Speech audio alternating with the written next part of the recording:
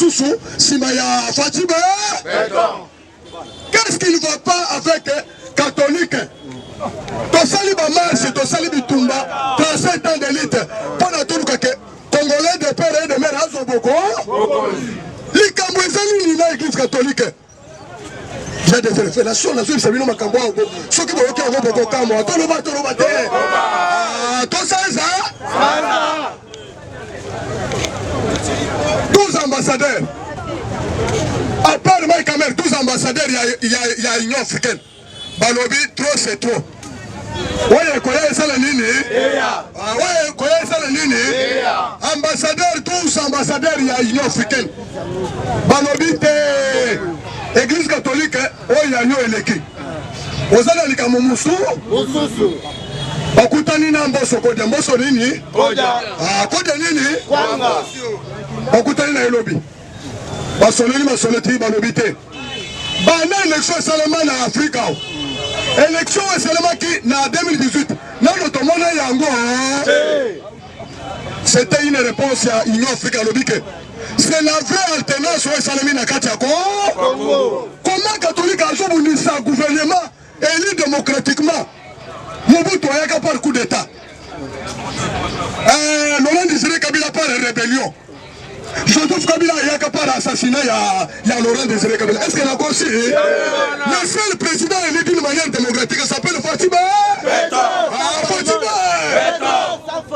Le président de l'Union africaine a dit que l'élection est seulement en 2018. Et puis si les sont mounen, c'est-à-dire résultat en 2023, il faut refléter l'élection est seulement en 2018. Oui, Koya. Ma ambassadeur Mike Kamer a senti vérité. Tango a sangisi ba confession religieuse. Après Chon a nobité. Tozobo ya kadima parce qu'azali moulou. Razo ibse toloba te. Mike Kamer a nobi. Après Chon le moulou ba c'est quoi? Ambassadeur a tenu avec Chon na assemblée générale. Moulou ba c'est qui? Donnez-moi la définition de moulou. Ouais, avec Chon le nom. Moulouba, c'est le frère du président de la République. Parce que dans la méthode d'ambassadeur, on dit que Moulouba n'est pas un Congolais. C'est-à-dire pour tout le monde que Moulouba est un Congolais. Dans tout le monde que aux alliés montés, maman. Tout le monde. Ambassadeur américain, on dit que chez nous, aux États-Unis d'Amérique, s'il y a un problème entre les démocrates et les républicains, Nakatia Congrès, s'il y a seulement une seule fois qui bascule dans l'autre cas se réfléchissent. Balobi que ceux qui basent le problème dans les États-Unis d'Amérique, ceux qui vont Moko, ceux qui vont Moko, et l'équipe, c'est-à-dire vont côté Moussouana, Bachaka na cette basaline. Bon, à Congo, je regrette sur 8 confessions religieuses. Si ce sont pour, deux contre, il fallait les Camerounais continuer. C'est un message, il y a les États-Unis, l'Union africaine, à côté Canada, c'était à Saline, à travers les 12 ambassadeurs. Tout ça, c'est pour vous démontrer qu'Ambongo a un agenda caché. Ce qui demande gratuité de l'enseignement et combattu, ce n'est pas Tony Mwaba qu'on est tenté de combattre par l'église catholique. L'église catholique et protestante combattent Fatibé, combattent le pouvoir des leaders. Je veux vous dire, à tout le matin, jusqu'à tel point que Abbé Chole, Abbé Nani, Akende Koyebisa, l'une des confessions religieuses. Au Bolongo côté Kadima, Boya côté Nabiso, Yawana Lobike, Ozomona que Ozotia Biso na sécurité. Alors, sécurité Nabino, et qu'on s'en assuré par la MONI. C'est-à-dire, Monisco n'est pas besoin de Azali Azor roule pas l'église catholique. Là, Moïse Katoumi. Est-ce que avec Chola comme qu'on a la sécurité? Biso dans un pays souverain. Nous avons une armée, nous avons une police. Lélo, matin il faut y avoir un meeting. Afrika qui va policier que baza bololé. Baza banani? Les loyaux. A commis qu'on le c'est une police professionnelle. Pour le bio, Bokomesa. Bokosala nini? Je vais vous dire autre chose. La question que l'ambassadeur Mike Amer a posée à Béchol, il n'y a aucune réponse sur le côté Tchangou. La Sainte-Thérèse, la meeting et la Martin Fayou, nous ne pouvons pas accepter que les Congos soient colonisés. C'est pour Fayou et Abéchol, si c'est qu'il n'est pas un Congolais, Moulouba n'est pas un Congolais. Est-ce que Bomoni Nenge catholique, na Kabila, na Moïse Gatumbi, na Martin Fayou, Balongo, Balingi Bacha, tribal na kati ya masolo ya politique. On a décision de Bango Barobé, ça qui va manquer Moulouba Koli à pouvoir te. C'est-à-dire décision jusqu'à tel point que Martin Fayou n'a pas le. Nous ne pouvons jamais accepter d'être dirigé par un étranger. Entre Fayou et notre secrétaire étranger en Zanan. Est-ce que Nani a dit que Nani a matin à Fayou? Martin Fayou a dit que Nani a côté. Bon, ça va que Martin Fayou. Papa les gars Félix, nous avons une quartier mon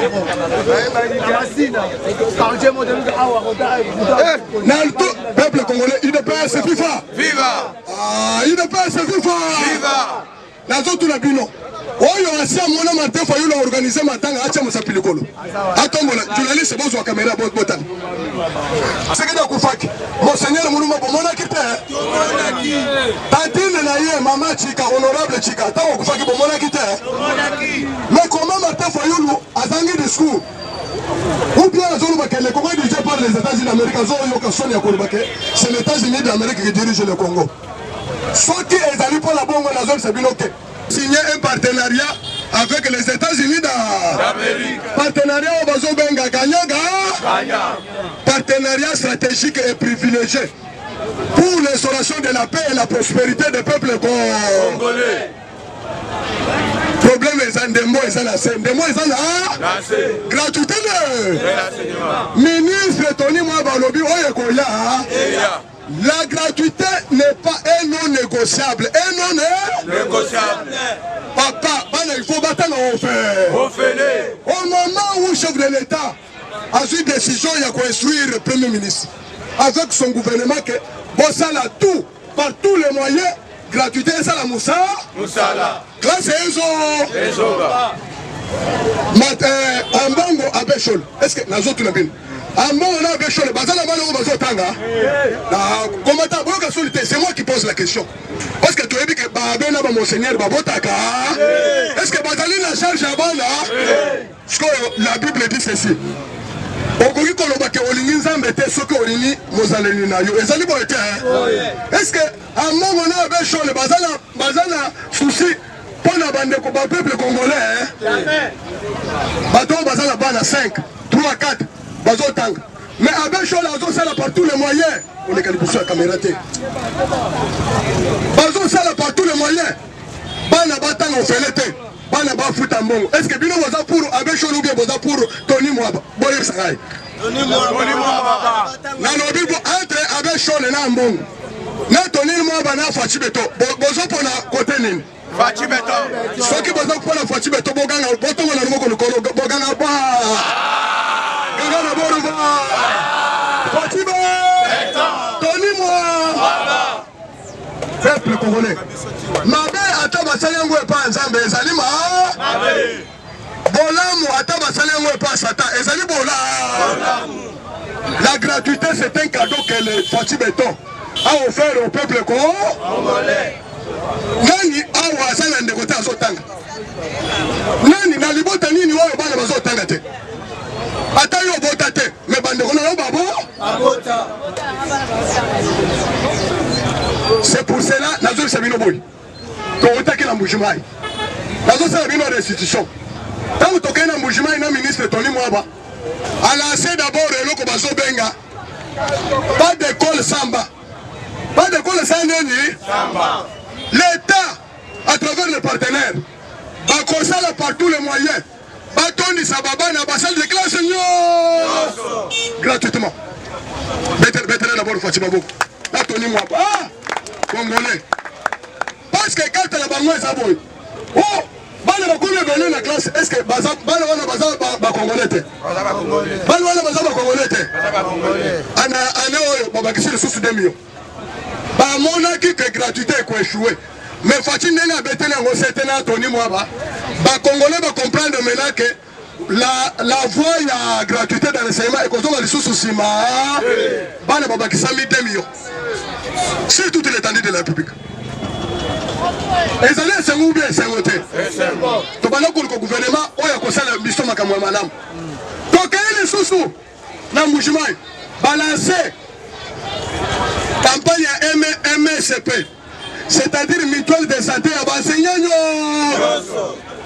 Année 2022, aucun enseignant à moi na Beli ou bien enseignant Beli à Keyo à un hôpital à Pamba. L'État a causé à charge. Tout ça c'est pour améliorer la qualité de l'enseignement. Est-ce que tout le monde a besoin de ça la pendant le ministère, toujours de réforme à réforme. À Bakissili, enseignant 40 000 francs.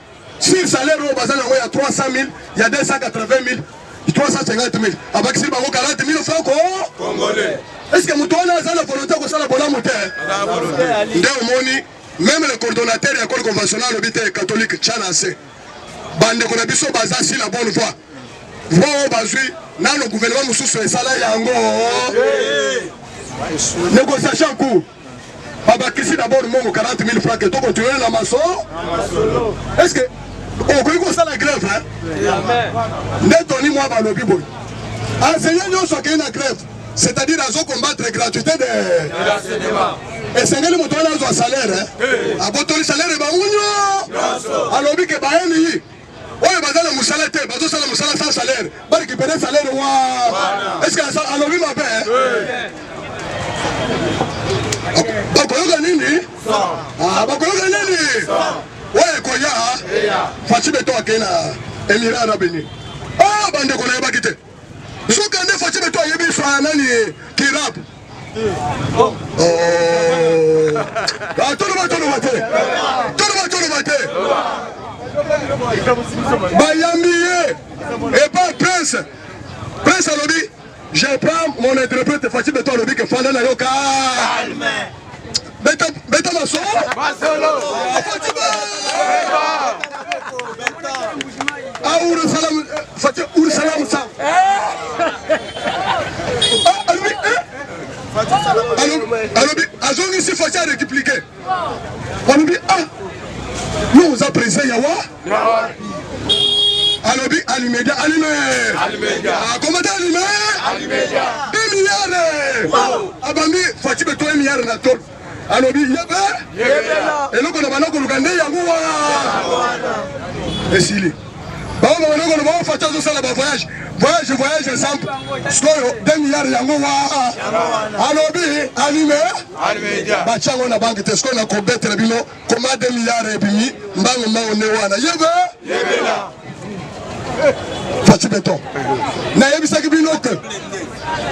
Quand on est à la scène, Congo est sauvé déjà par l'Éternel Dieu tout-puissant. Congo est déjà libéré. Fatih Alobi boy. Contrat Ezali Ganyaga. Tout contrat signé avec Joseph Kabila. Namaye. Tout contrat signé avec Moïse Katumbi. Namaye. Tout contrat signé avec Paul Kagame. Namaye.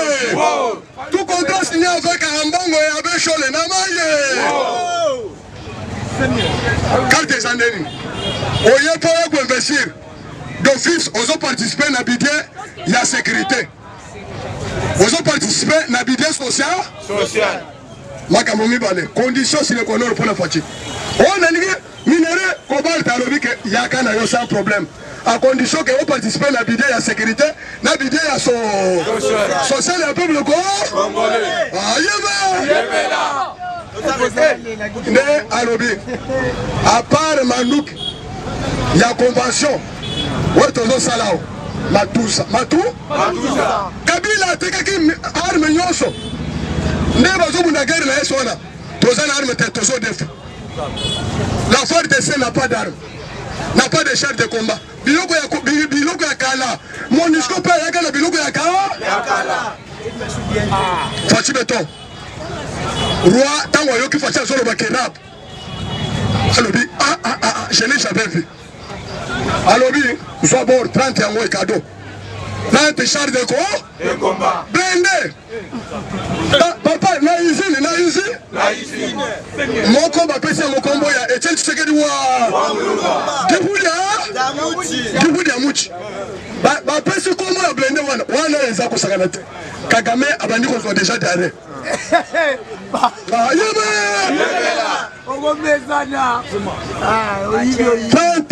Wana ya cadeau. Mais il y a ma solo. Ministre Bazawana, Bazo Salanani. La ministre Tozo Sabino, République démocratique du Congo, Azambo Gakosanango, les Soso, Arab, Émirats Arabes, étage au Bomona Kalokola, Babiloko ya Mayeboana, Balobi Ale. Tozo Gakosanana na Congo. Papa, Balobi, Oye Koye Salanine, Tango Bakanaki Kabila, Bakanaki la Europe. Voilà, parce qu'on a une diplomatie, on a une politique placée. Oh, et bon, tant qu'on va gagner Kabila, le chef de l'État a signé après 4 généraux. Bakaïna Kabila, Batamouli na place coffre-fort de Kabila et Salaki. Baïbisaki Kabila, ce qu'on y bon moyen, on vivre na bon moyen, personne bon moyen, so yebinako, tout que le monde d'âme, on vivre. Parce que au pays minéré, il y a Kabila a dit que moi, si je suis que mobile est militaire, Kabila a dit que yo za mobile a kufaka. Eric le yo ningo kufisa ngai. Nengo kufisa Eric lenge. Yaba. Moi si azo tamola na es. Kabila a dit que salama kamona. Oza na matanga ya mobile na. Tunajua lunumbi.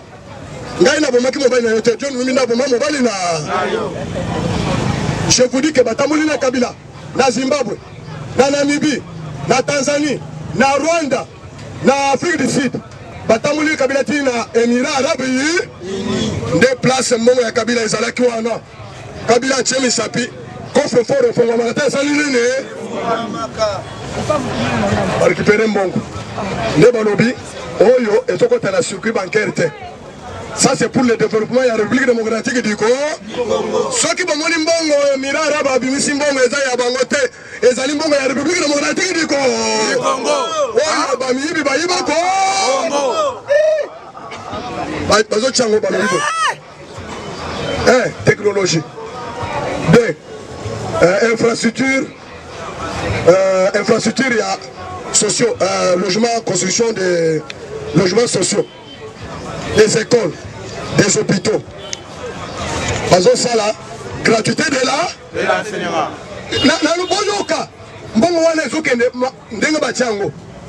Et la transition écologique, énergétique, c'est-à-dire barrage à Ying. Bazo Mungsango na mbongo ya mui. Oyo baibaka biso. Ezo na te salini.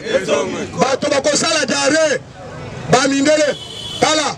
Na bisaka bino. Et si quand on se fait ça, on a pas payé, bazola de valeur rouge. Numéro 10, valeur c'est combien? Chaque pays mounen a sa fatigue 10 ans. Autant de nombre à valeur. Pour comprendre la logique de la communauté. Papa, le développement c'est un processus à long terme et non à court terme, moyen terme. Yaba, 18 ans, Fatia Tamoli, investisseur, investisseur. Un bon investisseur, il faut avoir une assurance. Que moto na zui na engagement, pour qu'on mette là.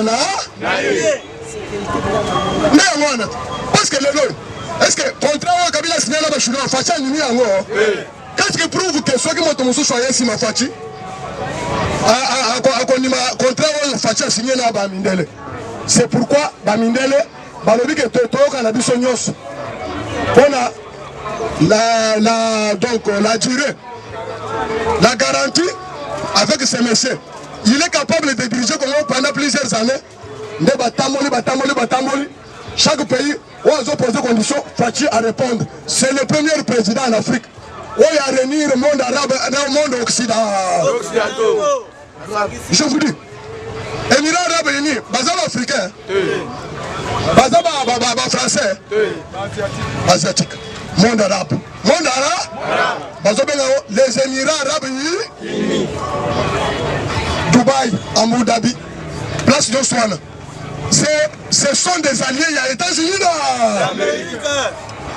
Égypte a yaote. Égypte a zana komote. Ah, komata bon pour makasi zana bilo komote. Égypte a yete. Ambassadeur oyo africain, oyo zoki parole, azaya arabe te. Maroc est un pays à subsaharien. Yebe. Quand on a parmi les 12 ambassadeurs, on a dit les ambassadeurs de Maroc, on a dit que le Congo c'est un pays souverain. Ayebisi ya Mongo, Zalana réserve. On s'engage pour la Congo. Pour votre information, je reste en fonction jusqu'au nouvel président. Bon, comment tu as Nanga ko Corneille alobi alapele bino masolo ya la mermende alobi je suis président de la CENI par défaut, je reste en fonction jusqu'au nouveau président et jusqu'à tel point que le Saint-Esprit va tomber sur les confessions religieuses. Oh alobi awa toza déjà en retard. La technique n'est pas négociable. Parce qu'il fallait pas réévaluer. Ça là, on va un fichier électoral, va renouveler, va dédoubler, va ajouter les nouvelles majeures. C'est-à-dire, on va déjà 18 ans, il faut pas la masolo, on va ça enrôlement, c'est ça la commande et matériel et déjà, avec Chol et là, une année. Déjà de retard. Déjà, nous sommes déjà au-delà de 2020. 24. 2020. Est-ce que les gens ont fatigué? Quand on va tout le monde pour la présence Séni, fatigué à l'objet que Naïnaza monte à l'église était. Bateau bazo pour la base de la confession religieuse. Alors, je suis politicien. Politicien, c'est un renard de surface. Il y a ce qu'on peut faire occasion à l'Etchabi, à Tchabi. Il y a ce qu'on a dans ballon, dans la fatia, la surface de réparation. Nous connaissons bien merci beaucoup. Avec Chol, la apprécié passe. Attaquer la fatia, à la ligne,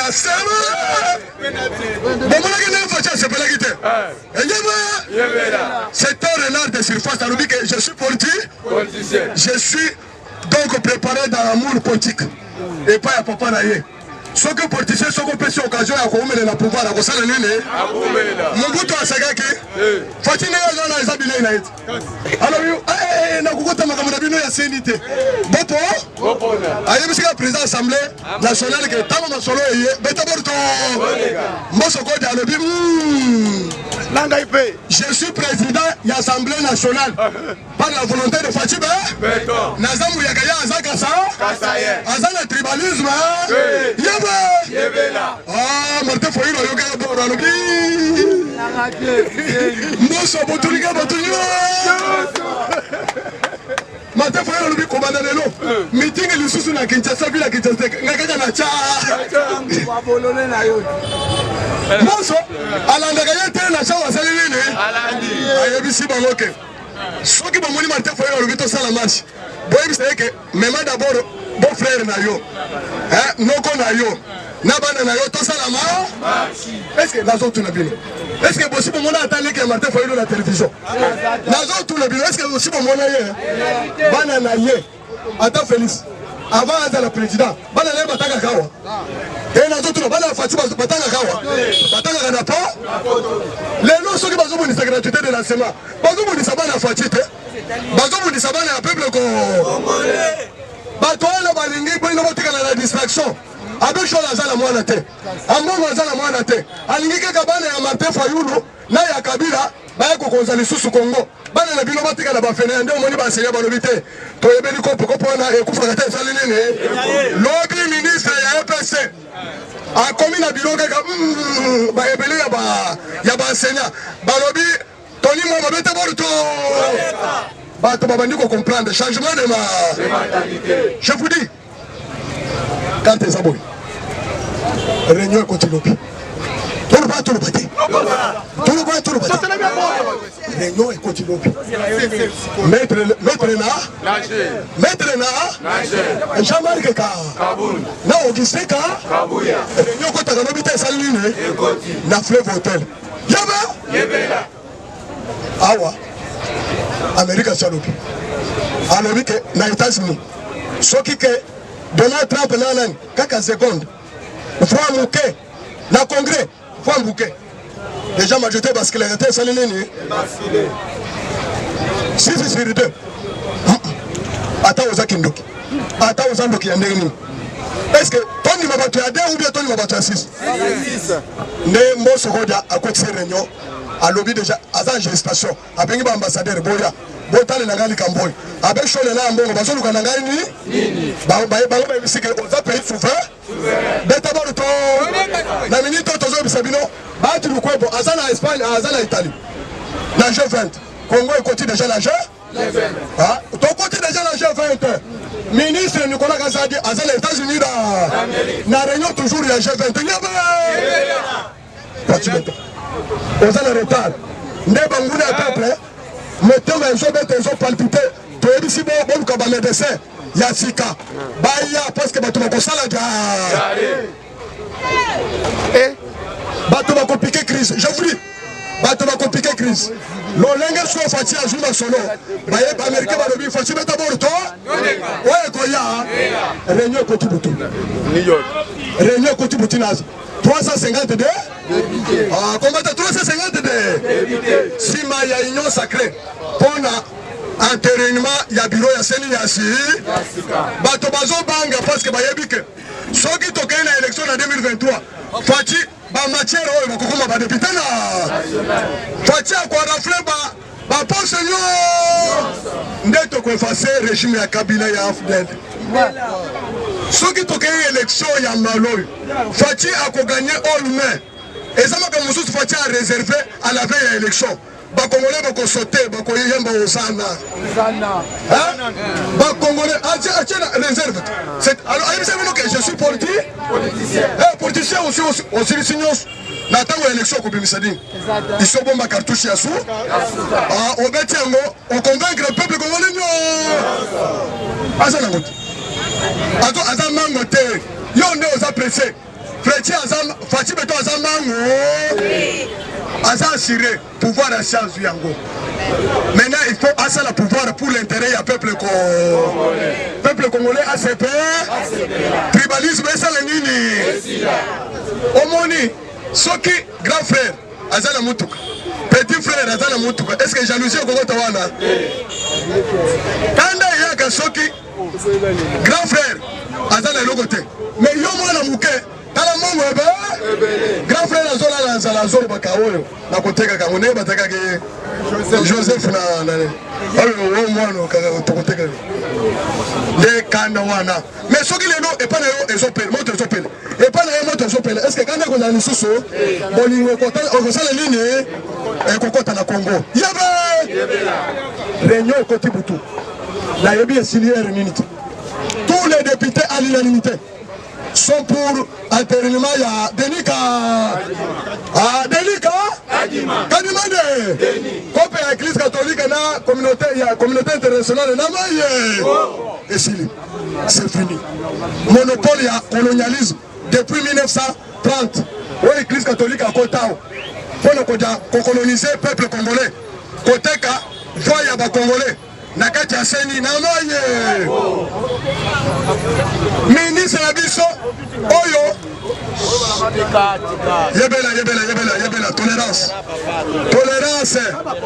toza ba congolais bolingo oh parlement okomona wonini awa tozo changer mentalité naza na biloko na moni mboza disframing combattant Tchalase. Omoni ndenge baza boye bazona na bino monde mobimba. Boyebi te. Kate eza boye. Fati beto aza na Émirats Arabes Unis. Dernière étape. Balakisi bato bisika minene. Balobi non. voiture alobi ke biloko nyonso namona ngo nako ezoya bango balobi ke tozopesa kaka 3 ans okomona ndenge tokobeta bolo nayebisaki bino awa sous leur fatigue on va construire 145 territoires, on va transformer en ville. Bon, dis-moi qui t'es. Samedi, Samano Condé. Samano ah, le Condé, ça. Premier ministre, le Congolais. Nabandoundoué. Nakwango. Il a lancé les travaux, c'est fini. C'est un départ. 145 territoires. L'État, quand on va mieux sauter, quand on va boutique dans ce thé, l'État a d'abord hôpital. Bureau naïe. Il y a un air, bureau à la police. Bureau ya DGM, bureau ya administrateur, hôpitaux, école, nazela, maintenant le reste, commerçant de bamoni privé balobi ke ndenge l'État fongoli boy. Et c'est que les bisoto landa, toi ko construire. Les ali boy ta. Bato nyoso ba congolais bazala mbongo. Moto na moto État bandi. Yende pe alanda kate asali nini? Est-ce que Congo ko développer? Ko développer. Botika distraction. Martin Fayulu a commis kobina. Mbemba yebiseke makambo ya mabina na ngai na longwa depuis ka nazwa na nga munduki natika munduki na kota prison na komi politique nazo tuna bino Moïse Katumbi asasali voyage na Bakongo nazo tuna bondi mate est-ce que Moïse Katumbi asaki voyage na Bakongo tango to bisaki bino ke tika ba terroriste bazali na kati ya palais du peuple ba terroriste bazali na kati ya Sénat boye bakite bakangi leki ya Billy Kambale, secrétaire national, il y a Vital Kamel. L'équipe parmi les terroristes, na Aru, Bakangi. L'équipe ya Billy Kambale. Tamoto Kabila Kamere, alors baki ke na Kotumba Congo. Boyoke ya moitié. Est-ce que et ça là qui 48 heures sans que juge yani akufote. Est-ce que toi tu sali matanga mutu yeni c'est la présidence kuna? Kaka batu yaida? Kamera kobimate la prison. Ah si ça ba anena yenyo swana. Aya komona Congo oyo kufacha tongi. Bazalaka wana. Je vous dis ceci. Bakangi un rebelle un terroriste mounene na armée na biso. Sokande azalaki rwandais. Alobi yemoko alobi que je suis rwandais tokota Kabila nda pesa kinga grade mounene na siabumi des généraux. Asiabuma ba des généraux. Alobi otali boyo moni kaka rwandais na Congo. Fort de ces lobby que voilà le niveau que le Congo. Ce que mon amour a osé gagner pouvoir azando ki mounene. L'état des droits est péché. Tolongoli Congo n'a pas beaucoup d'étrangers. Le Congo a été pris en otage par les extrémistes, les pays voisins qui sont jaloux contre nos propres minéraux. Je vous dis, société belé, la photo. Société nyonso bobanda kozwa minéral. Et voici maintenant lobby. Monisco préparé, biloko na yo, ok? Ok, bien. Transition, banakate salini. Tomani na transition. Nous sommes pendant une période transitoire. Moyen, totanga, makamwao, ah, bueno, Monisco jusqu'en 2024. Jusqu'à tel point que l'état de siège de Colombo-Nae, c'était ce qui va révéler nos facilités. Yaba? Motika distraction. La minute il a fallu signer un contrat avec le FMI. C'est avec le FMI. Nous avons un partenaire sérieux. Bakoye pour investir. Parce qu'avec le FMI, ce que mon FMI a signé un contrat dans le pays, c'est-à-dire qu'il y a la bonne gouvernance. Parce que dans la condition, est-ce que vous voyez que la révélation, il y a un contrat où Kabila a signé? C'est parce que ce sont des conditions. Mais les femmes battent Fatia Ningaki à Tango. Mais FMI a dit que ça la révélation va publier rapport contrat mignon. C'est pour vous dire que au moment où nous parlons avec vous, les Congo ici, les rails, il n'y a pas les flèches de retour. Il n'y a que les flèches qui vont dans le débat, dans chaque secteur. Bako Sabinote, pouvoir, ils allaient travailler pour l'intérêt du peuple congolais. bakosa bino te bamindele bayebaki que après Kabila il faut Congo ait démarré parce que nous sommes en retard il y a autant d'années 61 ans de retard moyen tozonga lisusu nsima ezali c'est pourquoi ozomona Tony Mwapa est-ce que boyebi histoire oyo esalemi na Congo est-ce que boyebi histoire oyo esalemi na Congo pétrole na biso baexploité yango epa Angola pendant autant d'années depuis 1993 ya biso ezokota na budget Angola aza na 150 milliards de dollars na budget na ye ya pétrole ya Congo mais c'est avec ces garçons oyo nabengaka héros ndeko Didier Boudi combattant Didier nani Boudi wana mobali abotoli permis d'exploitation ya Jean Claire Kenyo même ya ndeko ya Kabila même ya Kabila nyonso abotoli yango kalbi oyo koya abotoli na video toza nango pétrole na biso ekotaka na video te esali nini est-ce que bana bakotanga ofele te bakosa te bakosa bino te bana na bino bakotanga ofele soit de santé mpona bakongona nyonso ofele abo interview oleka bote ndeko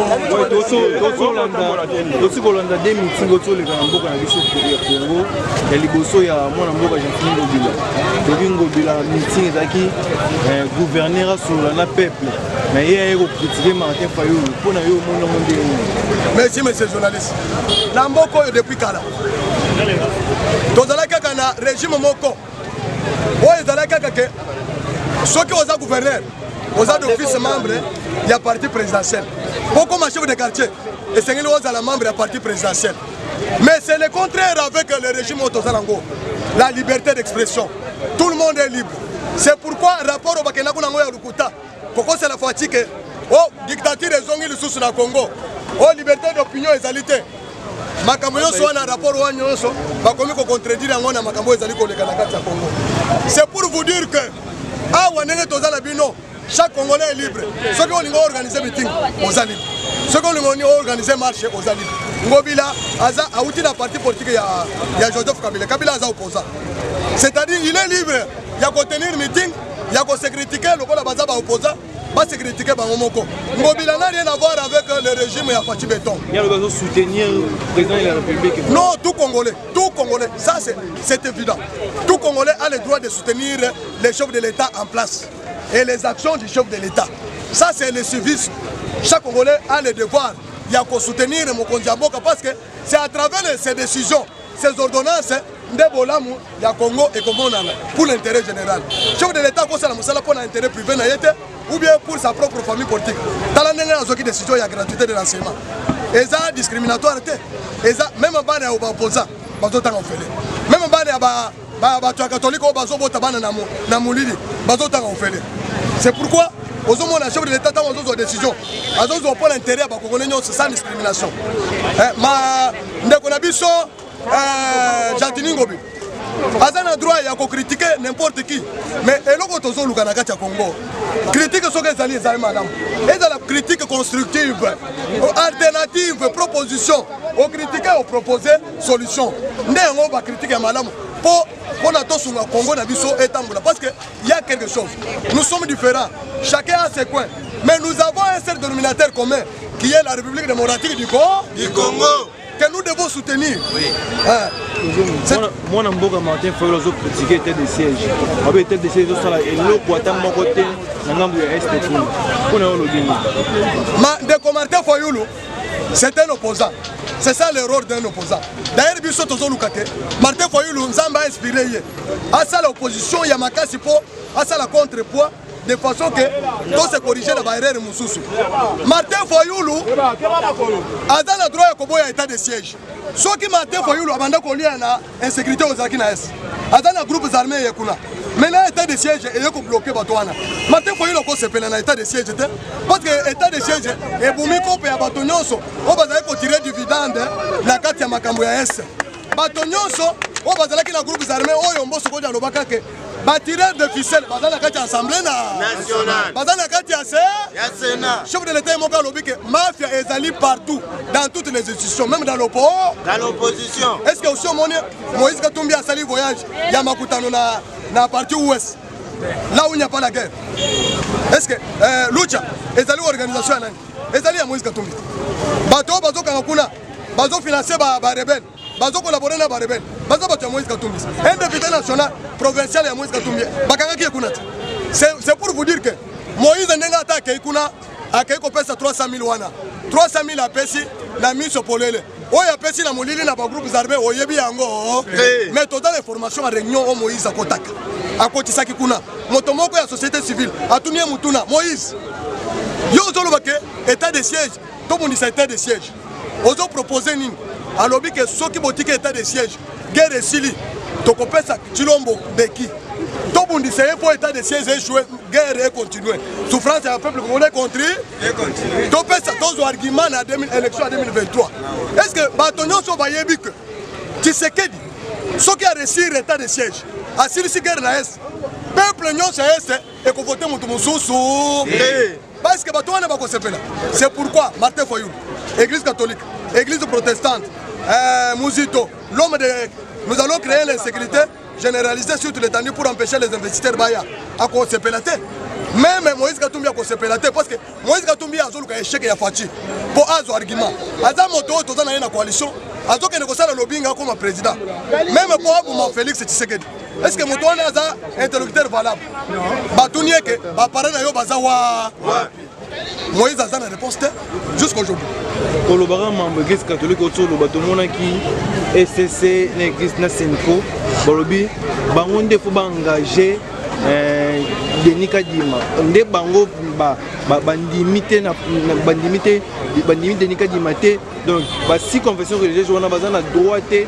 Il y a beaucoup de rapports dans l'Assemblée nationale. Merci, monsieur le journaliste. Et c'est ce que au moment où nous sommes et il faut édifier Congo mobile. C'est ça le rôle d'un journaliste. Les années de l'école à Top Congo.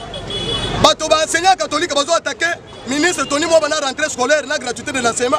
Il y a une déclaration, la paix, c'est pas un journaliste Jansi Makwala dans d'autres communes. Jansi Makwala, Zimbongo, à l'Obitina, on a un peu ça. Natindi Mbongo. Alali aboyi kopesa message batiki kaka côté moko ezo lekisa message pour na konyata pour attaquer ministre Tony Mwapa.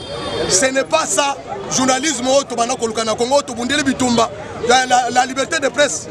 La liberté de presse est la garantie par tout le monde. La liberté et sengeli voix oyo bima contre oyo pour ça. Maintenant pour équilibrer ça. Nous regrettons le comportement chef de l'État ceux qui ont voyagé. Ils ont voyagé quand les journalistes à Top Congo. Est-ce que nous sommes dans la diplomatie? Presque nous sommes des journalistes basés. Mais nous avons combattre. Aucun journaliste y a Top Congo à sa émission pour soutenir la gratuité de l'enseignement. Or, la gratuité de l'enseignement, ils ont touché le coût social. Dès la lobby boye. Moutona na yo tout bien. C'est clair. Moutona na yo ana c'est clair. La zone c'est yo. Biso. Pouvoir na biso. Oto bundeli. La jeunesse n'a pas de mobimba. Ils allaient pour travailler pour l'intérêt général. Ils allaient travailler pour les intérêts des individus. L'église catholique a vu Congo en otage depuis longtemps. Bitumba Otobunda qui pour libérer le peuple congolais, la dictature il y a des Belges, la dictature il y a des Français, la dictature il y a des terroristes, des multinationales. Pour Congo soit la libre. L'église catholique, nous sommes dans un pays laïque où toutes les églises ont un mot à dire. Chacun a la volonté. Il y a compris, il y a ça mais n'importe qui. L'église catholique est ça l'État, même le Vatican. Ceux qui ont élection, ils ont ça en Italie. Parce qu'ils n'ont pas peut-être à organiser l'élection. Pas par quoi mettre la vie naïe, le qu'on a un citoyen italien. Mais il n'a pas le droit. C'est lui qui a le droit, c'est l'État congolais. Est-ce que l'église catholique a d'autres exceptionnels? Abimi Libanda, monde de Mobimbe comprendre que l'église catholique au Congo, ce sont des médiocres. Ce sont les médiocres. Oyo, Monseigneur, le frère Monsengo Lobaka. Que les médiocres dégagent. En démocratie, c'est la loi de la majorité. Comment on a la lobby? En majorité, c'est la loi de la majorité, la démocratie. Comment vous êtes, oui, confession religieuse? Chacun a une seule voix de vote. S'ils ont voté pour un individu, dès on vote contre, on doit prendre, on doit considérer. Est-ce que l'église, catholique, a mon quoi dans la conscience? Oui, bon, il y a tête, il y a confession religieuse. Tête, il y a nini. baza na monopole wana wapi baza na licence en plus baza na enregistrement nyonso siko boyoka règlement na bango d'ordre elobi nini règlement na bango loi charte na bango elobi nini chaque confession religieuse parmi les 8 a le droit de vote d'une seule voix. Chacun a une seule voix. Est-ce que bisonne to salaka bango pouvoir wana maintenant médiocrité on a zolo baoyo monseigneur cardinal Mosengo aloba que son âme repose en paix zambe la mwisa Mosengo azonga amona médiocrité ndenge côté na église catholique na église protestante. Comment même ambassadeur américain alobi que chez nous aux États-Unis d'Amérique au Congrès lorsque il y a un problème entre les démocrates et les républicains, s'il y a une seule voix bascule de l'autre côté dépose les armes. Mais comment au Congo, 8 confessions religieuses, s'ils sont votés pour Kadima, 2 ont voté contre. L'Église catholique nous apprend quoi? La médiocrité. Et nous devons accepter, nous avons combattu les régimes dictatoriaux au Congo pour laisser les catholiques nous remettre encore dans les bouzoba tokonimate. Ceux qui ont affronté le pouvoir en face, à le ministère de l'Intérieur, à s'enregistrer le parti politique, à tomber dans un mandou qui a des politiciens. Hein? Avec Chole. D'ailleurs, tu es médiocre, il y a des nyonso. Comme on veut combattre Balouba, ambassadeur à Tunioke. Moulouba, c'est qui? Ce n'est pas un Congolais. Parce que c'est un Moulouba. Je vous dis qu'avec ça, nous allons te porter plainte contre l'humanité. Nous allons te porter plainte. Parce que avec Chole, à la Kisibiso, que Azana tribaliste Mouné. Toyeba Kike, c'est un Congolais. Entre les Congolais et les Congolais. Les lois. Kabila Zaki l'opposition a combien de partenaires la mission? Tout ça qui coalition. Pouvoir ce qui est bon. Batomoso sur le positionnement. Mais tout le monde l'église catholique a un acharnement contre la famille Tshisekedi, contre les Kassaïens. Et nous on a Tokotika Yango et les Ka. Nous sommes les Congolais. Tous autres travaillent béton à béton. Moulouba, Moussoïl, Mungala, Mukongo béton à Balouba Babali Bakongo Bakatange. Batoes. Balouba Babali Batoabanu. Balouba Babali Batoabakongo. Mais hier, mon église a prêché amour. A prêché tribalisme. Tokoni Mangote. Azoni Makani Maponani. Azoni Makani Mate Ponani. Tango Nanga, Azalaki famille politique, famille biologique na Kabilate. Abe Malumalo. Azalaki Moussoli Fonete. Est-ce que Nikamoni ne Salamaki? Bateau va organiser l'élection au Tigalio. Et Zali Batou à l'église Kimbangiste. Tolobi Boy. L'église Kimbangiste a la droit. D'ailleurs, c'est l'église autochtone. Il y a pas Congolais 100% de père et de demain. Tokondimate avec Chole. Aux âmes médiocres, ndenge bino bofinga bato kabila ba médiocre. Biso tozo c'est bino boza ba médiocre. D'ailleurs Mosengo avait raison que les médiocres de dégage. Toyeba ki kazolo ba bato kabila nzoka ndia banoko ba médiocre baza l'église catholique. Avec Chole na Ambongo. Là où t'es. Besoin numéro. J'estime makambo na zoloba. Comme Ambongo na Chole. Bakoti tribalisme na makambo ya politique. Bango baza basango, on est pas prêcher amour. Comme on prêche tribalisme, je m'assume. Ngai naza combattant. Nabundaki pour la réconciliation nationale. Tous dans la Congo, dans la Uni. Bomoko, c'est ça, ce qu'on appelle IDPS. Union pour la démocratie et le progrès social. Donc on dit une branche de population. Elles ont les Congolais en otage pour leurs propres intérêts. Gratuit au Bonisango. Est-ce que tout est libre? Article 64 de lobby boy. S'il y a un groupe d'individus qui veut exercer le pouvoir par force en violation de la nouvelle constitution, et c'est un retour résister. Les boy lobby boy. Catholique a se retiré ma cambo politique. Article les Congolais, basanga na bango moko. Martin Foyo la série d'alo. C'est-à-dire la monique. Et c'est un retour sanga na place moko. Mais catholique azo divisé ton ambassadeur américain parce que Kadima za Moulouba et loko wana toboyango et loko wana toboya yango lelo président assemblée nationale aza Moulouba aza motawa ya banulite président sénat aza motawa c'était kasi likamuni ni oyo abe Chole na ambongo bazo kufana Tshisekedi biso tondimi yango te journaliste nazo ba maloba na ngai bo leksango. Message comme l'ambongo, na abe Chole va se retirer dans ma tribalisme. Biso ba Congolais tolingani betona. Numéro na yangoana. Plus 243 84 77 93 864. Plus 243 84 77 93 864. La gratuité de l'enseignement est non négociable. Lutte contre la corruption est non négociable. Peuple congolais, soyons derrière Fatiba. La guerre est ça le nini. Ba médiocre, ba kende liba. Motolobi médiocre, médiocrité. Zanigate, zani monseigneur Monsengo. Alobi kende médiocre. Dégage. Maintenant après, aye koli anambe ba médiocre. Ah bou.